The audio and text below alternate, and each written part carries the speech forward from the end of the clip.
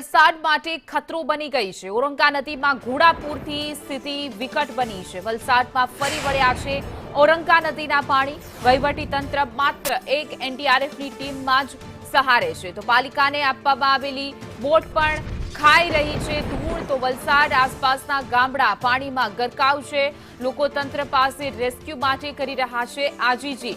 જોઈ શકાય કે ઓરંગા નદી અત્યારે ગાંડી તૂર બની છે, બે કાંઠે વહેતી થઈ ગઈ છે અને ઓરંગા નદીના પાણી જે રહેણાંક વિસ્તારમાં ઘૂસી ગયા છે।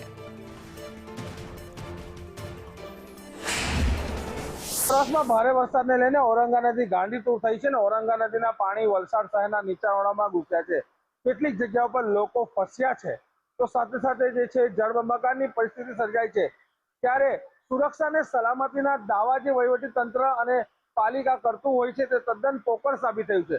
એક તરફ લોકો ફસ્યા છે, એક તરફ જળબંબાકારની પરિસ્થિતિ છે, બીજી તરફ જે છે એનડીઆરએફની ટીમ અહીં છે, પરંતુ જે છે લોકો બચાવ માટે બૂમ કરી રહ્યા છે। ત્યારે અહીં પાલિકાની જે બોટ છે એ શોભાના ગાંઠિયા સમાન પાલિકાના પટાંગણમાં એટલે કે ફાયર વિભાગના પટાંગણમાં ધૂળ ખાઈ રહી છે। આ માત્ર શોભાના ગાંઠિયા સમાન કહી શકાય। દશેરાના દિવસે જ ઘોડો ન દોડ્યો તેવું ઉદાહરણ જે છે એ સાબિત થયું છે।